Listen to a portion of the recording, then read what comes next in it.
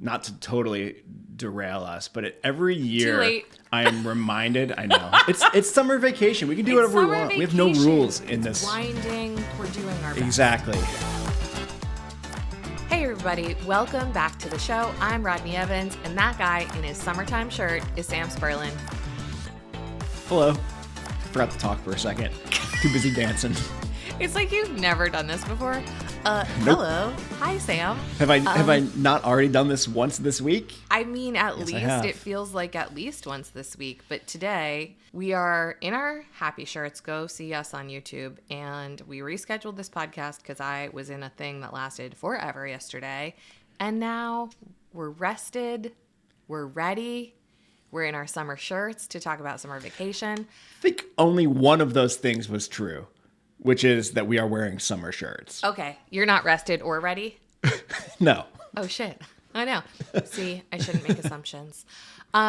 What's happening? Welcome to At Work with Reddy. That's what's happening. This is a podcast about modernizing organizations as the future of work meets the present moment. And each episode, we turn our attention to one common organizational pattern that we think is worth digging into. We pull it apart like an Oreo. We look at what side got the frosting, and we propose solutions for what to do instead. I think of it more as a twist, but whatever. This week, we're going to talk about summer vacation. This is Sam's idea, and I think it's such a good one. But before we do that, we're going to check in. It's the opposite of summer vacation. It's everybody else on summer vacation and how we deal with it in our organizations. But yeah, you're right. It is that topic. It is about summer vacation, no?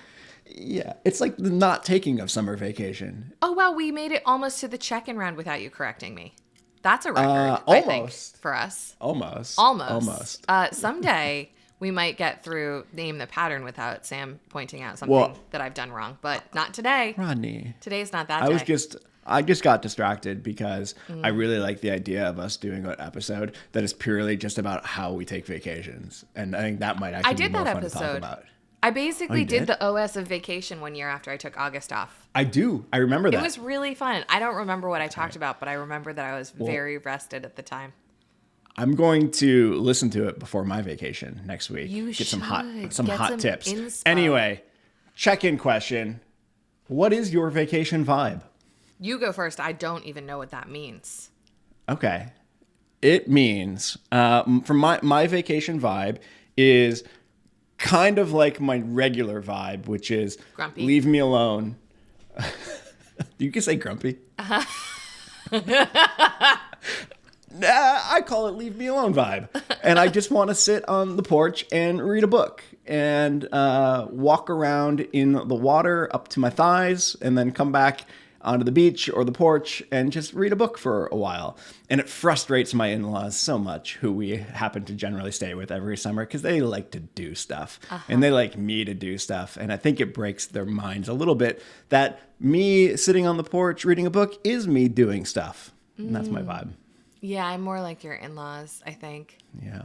Yeah, that's funny. It's funny how you are such a elder. Wonderful person. Sure, that too. My vacation vibe, here's the thing. I hate to brag. That's not true.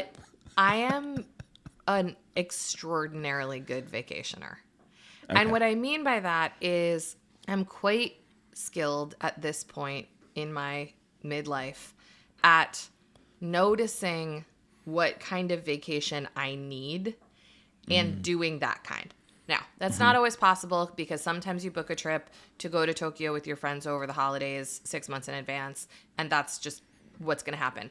But a lot of times I will get tapped in. I just had this conversation with Ed over the weekend of like, sometime in the not that distant future, I need a beach book silent vacation. No friends, no activities, no stimulus. I want to stay at a place that we don't have to leave for an entire week, where like the food is there, the water is there. it doesn't have to be somewhere extraordinary, but like that is the vibe. And then other times I'm very like, I want to go on this like very provoking and challenging kind of retreat thing. Like I kind of know based on where I am what kind of vibe I need, and I'm pretty good at matching those things. All right. That's cool. Yeah, I've really started to dial it in rather than just being like, well, I've always wanted to go to Spain and now I have a vacation, so I'm going to Spain. Right. Yeah, now I'm much more like, what is happening inside? Anyway. Okay. Can you be my vacation doula? Yeah, absolutely. I'm trying to do this for Jack and he won't let me. Oh, come on, Jack. She's obviously great at it. Thank you very much. I'm good at so little, but I'm really good at being like, tell me, like, I'll interview you about your vacation needs and your budget and the amount of time that you have, because these are important vectors in planning, and then we'll design the perfect escape, which could be like inside your own home, depending on what happens. We'll find out. I like that a lot. I think in my mind, I was thinking of just bringing you with me. Oh, okay, great. This is my vacation manager. I would love that too. This is my vacation manager. And I'm like, Sam, we said that right now is for sitting on the porch. Yeah. Where are you going? Exactly. And you'll be like, I'll be right back. I'm just going to wade into the water up to my knees. Yep, just going to go get my knees wet. Just go. So weird. You know what else is weird? Reviews. They're not really. Just leave us one, please. That would be the really only great. Weird thing is having not left a review. That is weird. Yeah, don't do that. Go leave a review. We love them. We read them. Follow us on LinkedIn, YouTube, Instagram. It's fun. Now that I occasionally check out YouTube to like see how our channel's doing and what's going on over there, I can pretty much tell as soon as the clip opens how tired I am based on my face. Which didn't always used to be so apparent when it was audio only. But now I know. All right. Yeah. You don't seem tired today, but maybe you'll decide otherwise when you see it on YouTube. It's caffeine. That's the caffeine talking, Sam. All right. Topic intro. That's a fine mug that you just held up to me. It's a mug as big as my head, which is how much coffee I need. Plain mug. Mm-hmm. Topic intro. I was razzing you earlier for the way you introed the topic, but you're right. We are talking about vacations, but specifically, we're talking about the months in the Northern Hemisphere of July and August where people are generally taking vacation. Mm-hmm. And what do you do in an organization during these 2 months where I call it silly season. Yeah. It's just silly to try to get anything done.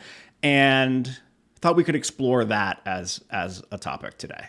I'm very excited about this. So I took a swing at what the pattern was, which I think was pretty okay. So here we go. I think it's great, actually. I went into the board and looked at it. I was like, I don't know what the pattern really is here. Like, this is a topic, and then I read what you wrote here, and I was like, ooh, there's a lot here. Thanks, Sam. So here it is. In silly season, or just in general, the cycle of work becomes a binary of on and off.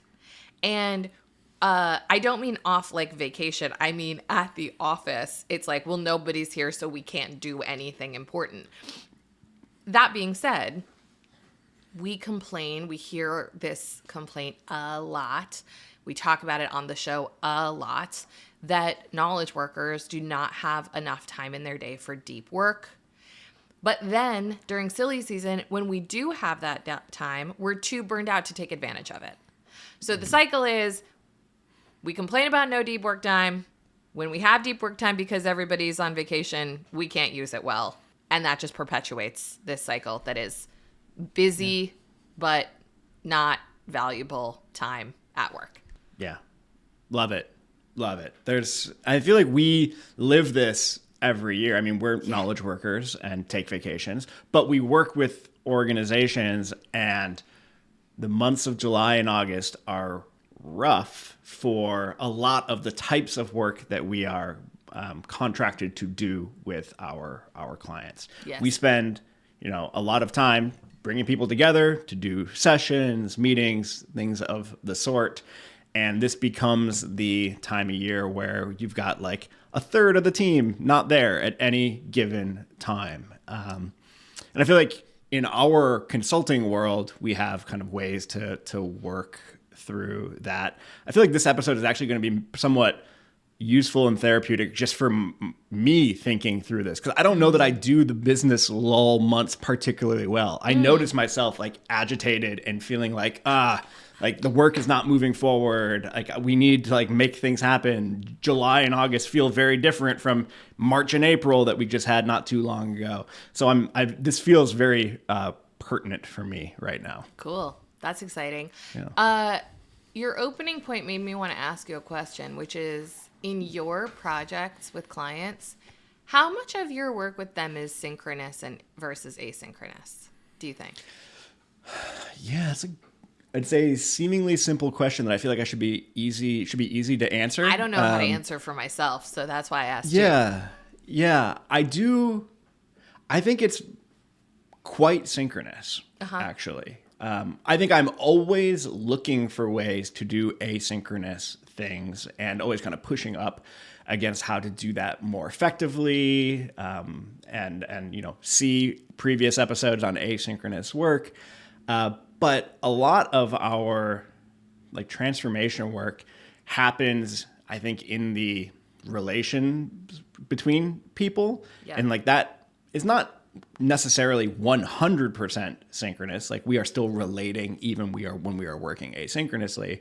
But I think a lot of the really important moments kind of have to happen synchronously. Yeah, totally. Interesting. Okay. Yeah. Let's get into it, shall we? Let's get into it. All Yeah. right.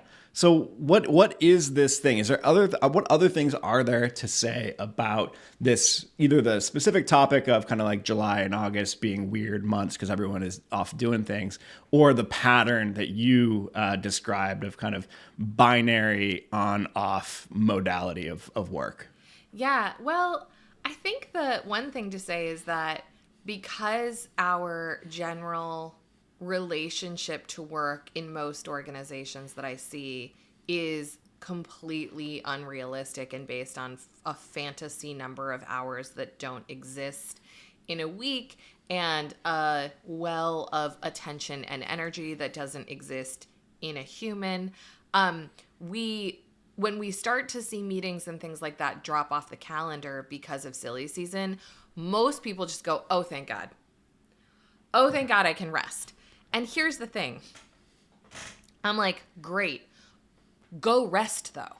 Because what a lot of them do is they don't take the time off. So they neither get restored and rejuvenated, nor are they doing impactful work because of the things that are falling off of their calendar.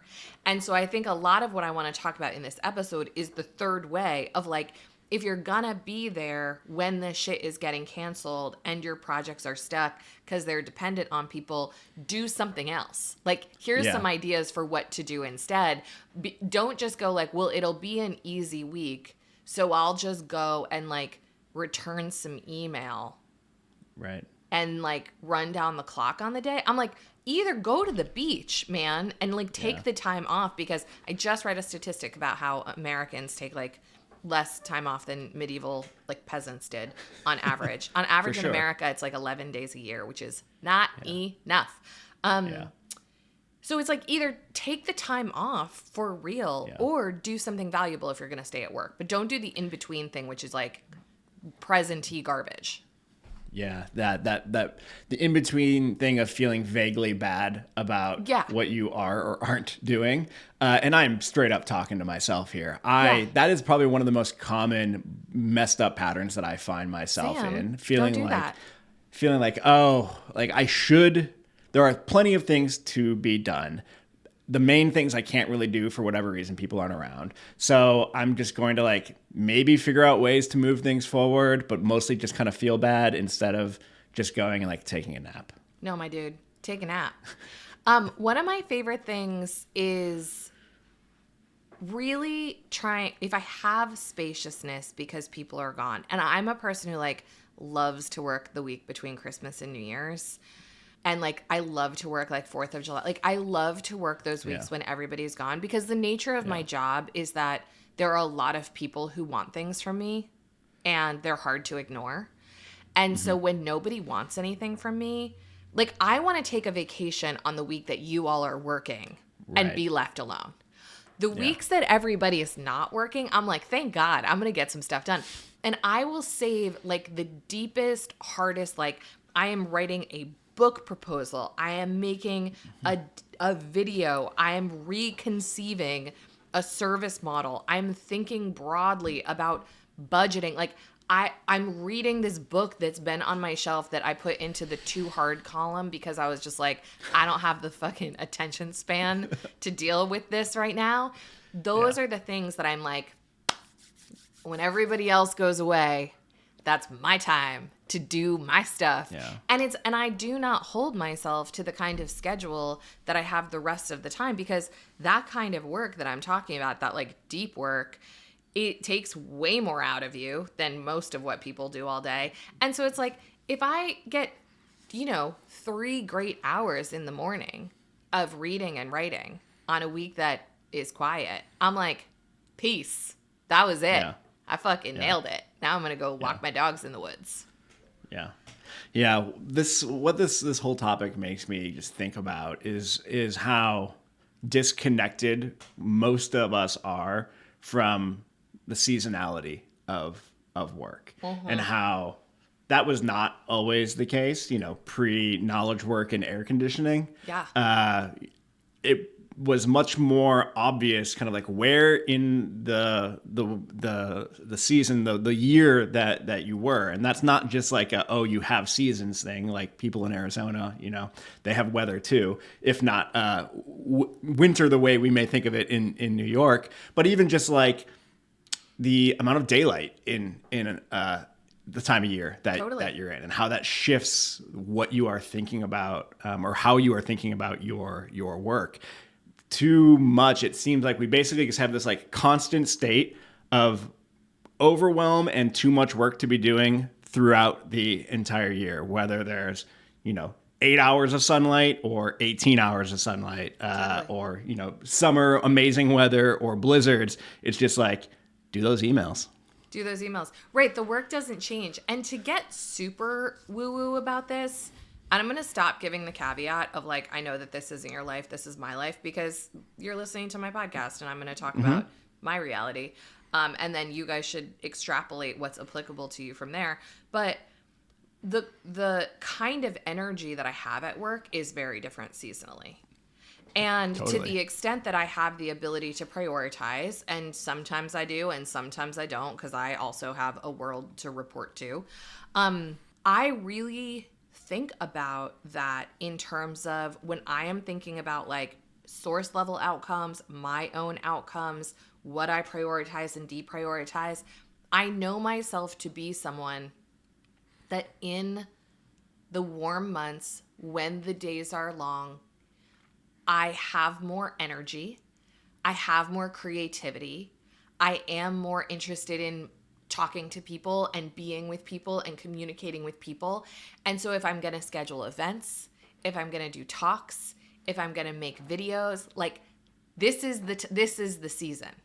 Whereas when the days are short and cold and I'm feeling more of the like hermit energy, it's a much better time for me to be reflective and to be reading and to be thinking. And like, if you look at the major things I've contributed to at the Ready that have come like to market, they were incubated in the winter and launched in the spring. And that's because of my energy. And it's like, I'm aware of that and I can force it. Like I can do the other thing. I can shift into the other gear. If I need to read a really hard philosophy book in July, I can. Right. But it's a lot easier for me in December. Yeah. That was maybe the least woo-woo thing I've heard you say in a while, I feel really? like. That was not that woo at all. I mean, the idea that humans' energy kind of like changes throughout the year. I mean, we have millennia of evolution under our belts where we were pretty fucking connected to what was happening around us. That's true. We're living in the new kind of edge of the world and not having to think about those things. I mean, I think about my brother. He's a farmer, right? And he's pretty connected to like what is happening so like when we talk about our experiences at work, that just really stands stands as quite stark our differences. Like for me, it's like, oh man, I got to open my window today because it wasn't too hot.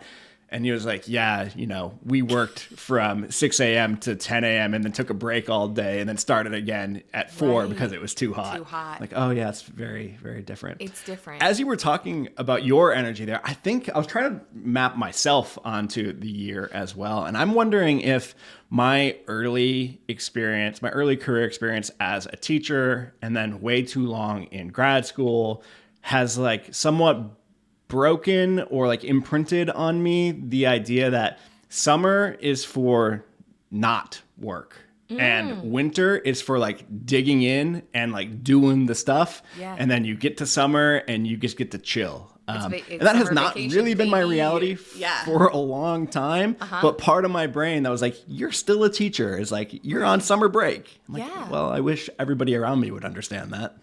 And it's like, what if, but like they don't. And it's also, this also I think speaks to the binary of all the people on the internet who are like, why doesn't every company close all summer? And it's like, I hear you. Also see capitalism. It's not happening, my dude. So like, what can we do instead? And it's sort of like the last episode that we recorded where we were talking about workshops and offsites and things like that. It's like, think about this seasonality and all of the things that we're talking about as it even applies to like gatherings and what you do and how you prioritize and what you focus on. And it's like, I would, again, I didn't think about it at the time, but the retreat that I just hosted at our house where we were like submerged in water for half the day, it was a very creative retreat. The point of that retreat was not like, we were not looking at spreadsheets and like looking at budgets and doing like, which we do as a team, a fair amount of like looking at the pipeline, looking at the numbers, looking at all the guts of the business. This was not that retreat. I would do that retreat in like a very pretty living room, like, but also plush and maybe dark conference room in Atlanta, which we did in December. And so it's like, even in terms of, not, and it's like, I'm not trying to be prescriptive, but I think a lot of things that you and I talk about, and this is starting to become a hypothesis in my mind, is like, there's so much emphasis in companies on efficiency and the more progressive are like, we want to talk about effectiveness, not efficiency. And I'm like, cool, same. And also you want to talk about efficiency. It's like you're lying to yourself. But I want to talk about like easefulness, because I think you get a lot of efficiency and a lot of effectiveness when you think about how could we do this easy? Like, what's the easy mode version of creativity? Creativity is hard. Budgets are hard. Planning is everything is hard in its own way.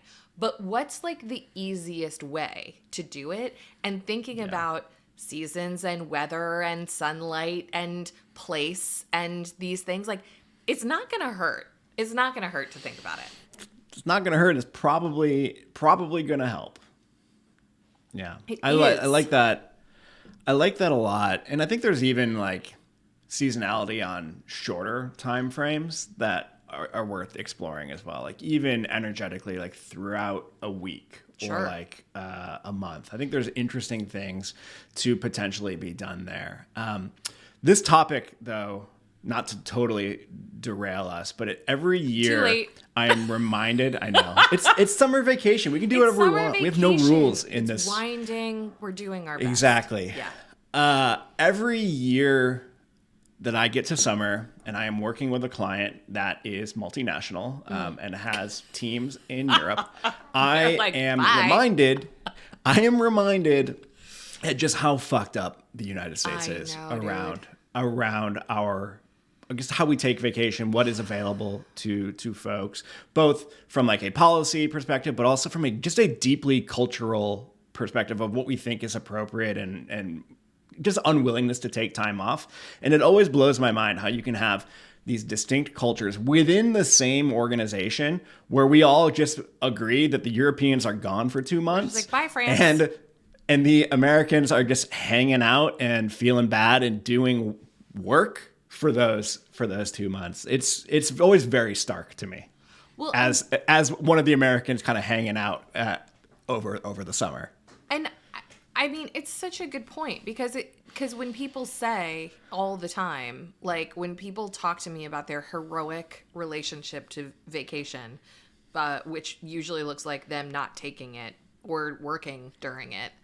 And to your point, being like, it's not possible for this to be any other way. This is how it was when I worked in an investment bank, which was a German investment bank. And it was like, it's not possible for two of you to be on vacation the same week in August. And it was like, cool. Frankfurt's closed. Like, right. all the way down, basically, probably the traders are still like, probably there's some front office action happening, but like, sure, it's light, It's light. And so to your point, when people are just like, this is the way, this is the only way, rise and grind, hustle till you die, feel really shitty and guilty if you're not working. I'm just like, it's not the only way. And we know that because our colleagues are having a totally different experience.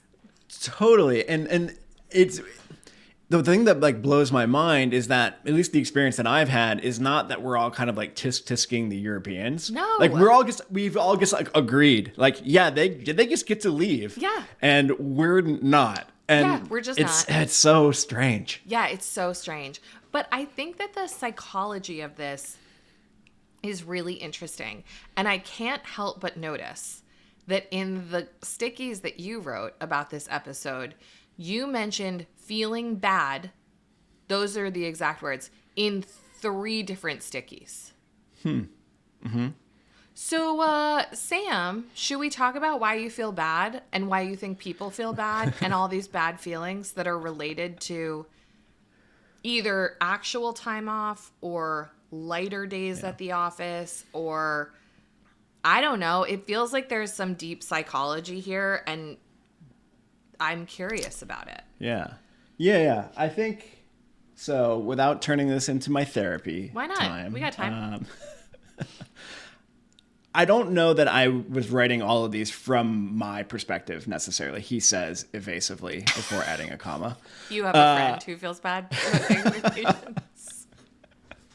Yeah. I mean, I think there is so much when you really enjoy your work and when you see it as more than just a paycheck, which I'm not throwing shade at anybody who does. We've already talked about this in previous episodes.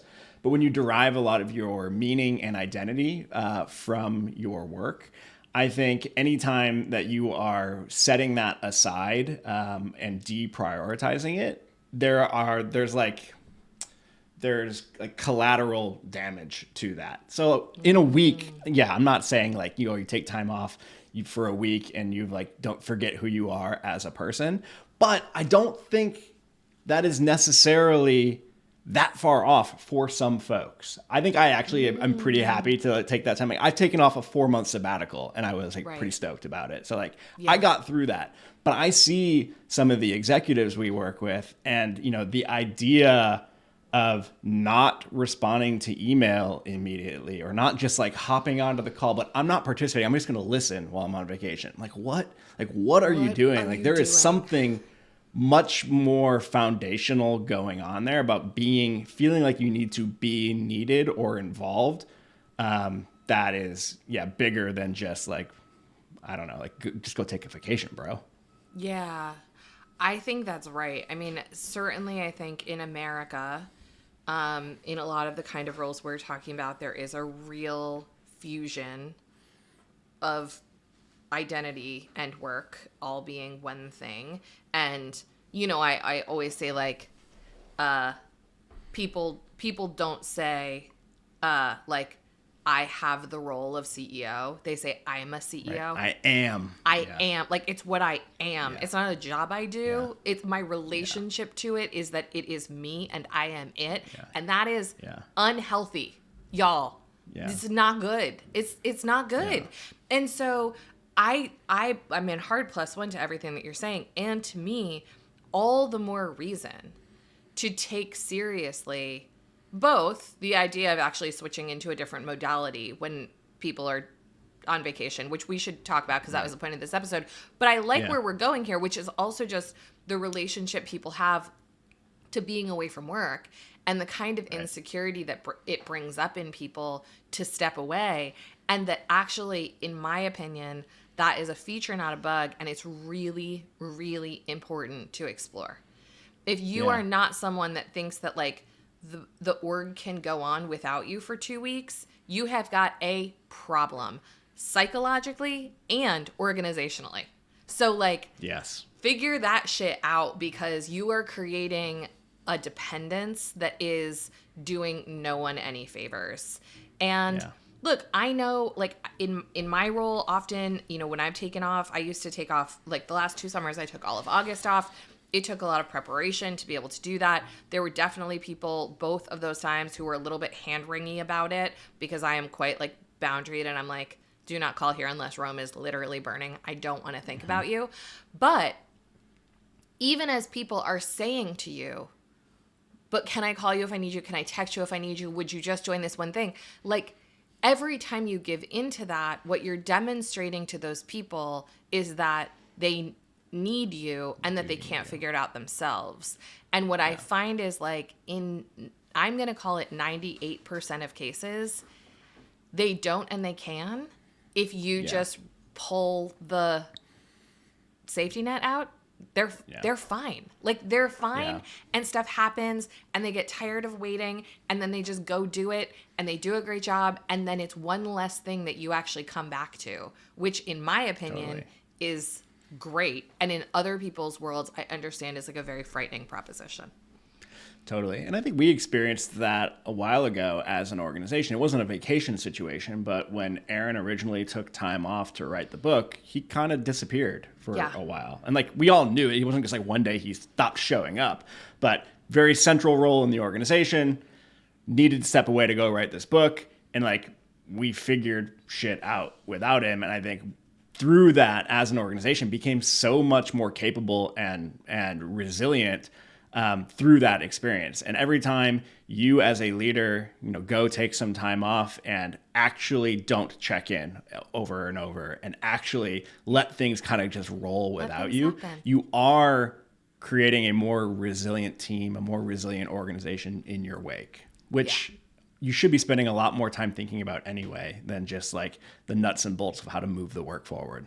Right. Because like, you know, vacation is a really good soft launch of somebody not being in an organization. It's a really good experiment for what would happen if that person quit or retired or had a baby and took an extended parental leave or got sick. Like we are humans and these things happen. And it's like, let's not plan like that's never going to happen. Like, let's have a dress. We do dress rehearsals for a reason. Yeah, let's microdose you not being here and see how we do.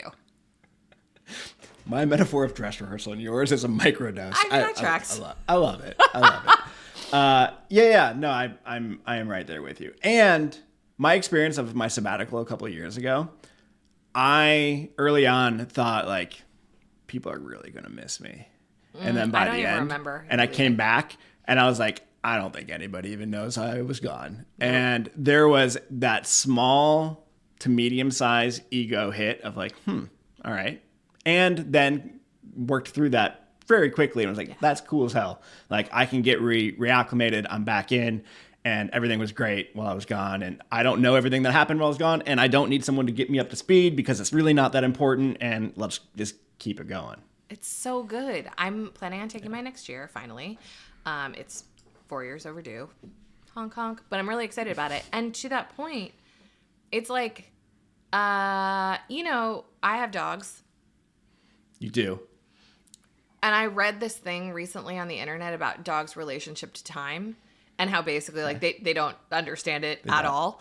And like that's how it is. Every time you leave your house or come back and you're like, oh my God, I can't believe you're back. Same Hell response. 3 weeks, 3 minutes. They're just like, yes. Yeah.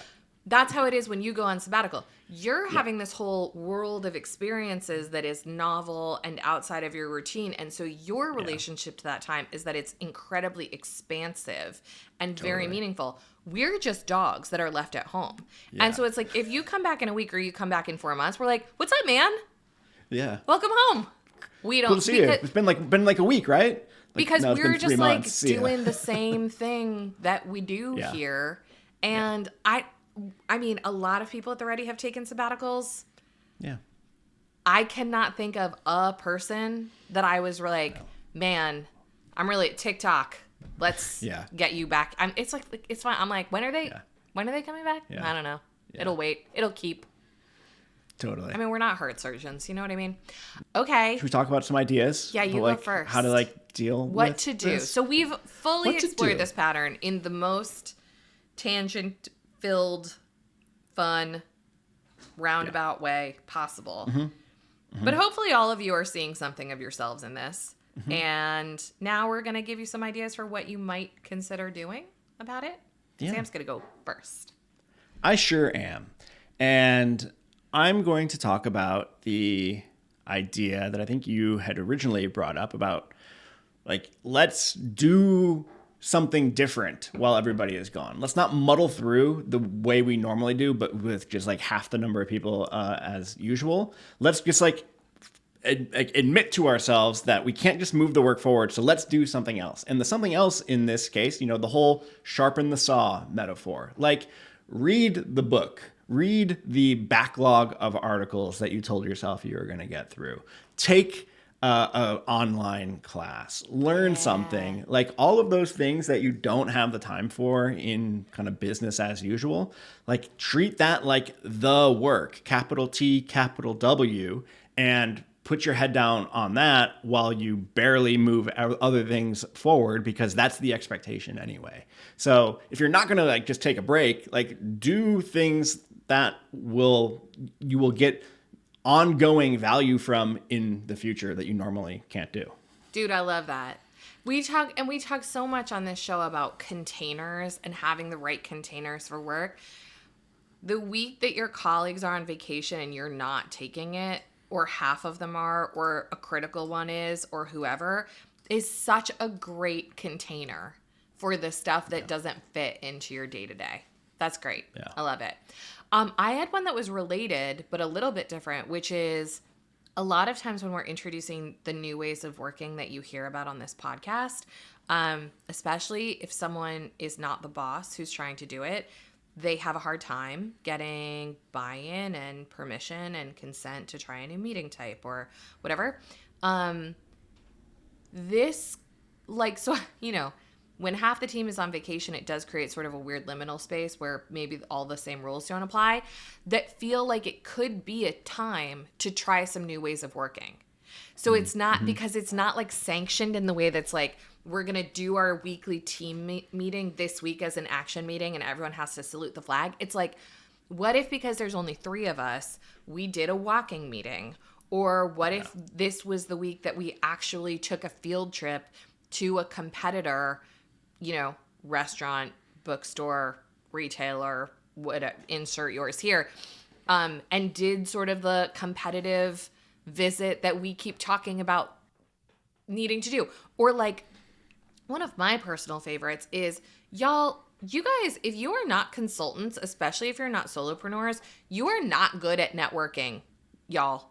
My clients do not, unless they're officially part of a mentoring thing or what, they do not go and have coffee with their COO peers at other companies. Go do that. What a great time to buy someone a beer and be how is marketing over where you're at? I'm not talking about trade secrets. I'm talking about knowing people who do related work. Anyway, quiet weeks are a great time to do some of the stuff that you just are not going to do in a way that is unofficial and low risk, and you can just give it a go. Yeah, love that. My second idea is more around kind of the planning on a longer time scale of what we intend to do over these summer months. So I think I see a lot of organizations just pretending that the summer doesn't exist, and all of the rhythms and things that we do throughout the rest of the year also we try to do in the summer and then seem to forget every year that people aren't going to be there, and we struggle with that. So I am wondering what we could do, what organizations can do to acknowledge the fact that certain things just shouldn't be done in the summer. So can we have a lighter lift on, maybe there's like a big on-site that we do every quarter and one falls in the summer and people are always feeling bad about having to like cut vacation short. Like maybe we can just move that. Maybe we don't have to do the big update thing that we normally do over the summer. Maybe there are ways we can just acknowledge the fact that this is a different time and we can do different things, including doing fewer things as well. And for us, what this has looked like sometimes is like maybe not starting a brand new project in August. Totally. Because it's going to be super hard. And I think there's a lot of the early momentum of a project is really important in talking about our work in terms of like how the rest of the project is going to go. And if you start a project in August and a bunch of people aren't there and you just feel like you're spinning your wheels at first, it's hard to kind of change that energetically as you come out of the summer. Like maybe we can just take a pause. We'll start this in September. Everything will be fine. It'll be great. Yeah, I love that. And perhaps relatedly, but also unrelatedly, I think that silly season is a really good time to practice the old open space rule of like whoever comes is the right group. Yeah. A lot of times in our client projects, there's a lot of, especially when we're like launching mission-based teams or, we're spinning up some new steering crew or whatever. There's a lot of worry and over-engineering of who's there and a lot of calendar bingo to not do the meeting until we have perfect attendance. And what I find is a lot of times we can make a lot of progress with whoever's around. Yeah. And so it's like, what if during this period that you are not going to get perfect attendance, rather than punting the meeting until you can, that might be in 3 months, practice like the open space vibe of I'm going to get a small and imperfect group together that is not fully inclusive, that is not fully representative of every POV that we will ultimately need, and see how far we get. Yeah. I think actually that kind of move has a surprising benefit because it gets us out of this sort of perfectionist mindset that we have about synchronous work and into the idea that like we can kind of like make a little bit of a ruckus with just like whoever's hanging around. Totally. I'm living this right now with a project. Just the way it kind of worked out, it got started, last month. So we're right in the midst of it. And we have kind of created this even over among the core team of we're going to schedule when we can schedule and whoever can come is going to come. Yeah. And then what I am committing to do is when people come back who were not in that session, because we did the session in a board, like a mural board that they can see the work, I'm committing to like sitting down with them for 45 minutes and really walking them through like, here's what we did. What do you want to, like, what would you add? What would you modify so that people feel like they can still contribute to the work that is in flight, even if they weren't at the session. Yeah. And that is the type of thing that it's easy for me to find 45 minutes with somebody, one or two or three people, and do that kind of hands-on work rather than trying to wait till they come back. And now we had a group. It's impossible to schedule everyone. So like I'm going to be playing a little bit more with that in the coming weeks. And hopefully that'll help us continue to move quickly. Nice. Awesome. Yeah. Okay, closing round, Sam. Yeah. I'm going to use the old favorite. What did you learn? What did you learn from our podcast recording today? I learned that we can use this as quasi-therapy time, and that you asked very insightful and incisive questions about my psychological makeup. And to be a little bit more serious, I definitely do have like I am a product of the culture that I grew up in, and I see myself in everything that we're talking about here. And that's a thing worth continuing to work on and work through, because I don't want to kind of unconsciously put that energy out into the world, and the colleagues that I work with, the people who maybe are newer to the Ready and are taking their cues from those of us who have been here longer. Like, I don't want to put that shit out in our culture. So I'm conscious of that. Nice. Actually somewhat related. I thought of this episode as being a very Twilight Zone episode in the ocean metaphor. Like, I was like, this is going to be an episode about ways of working with the constraint of low attendance, basically, as the TLDR.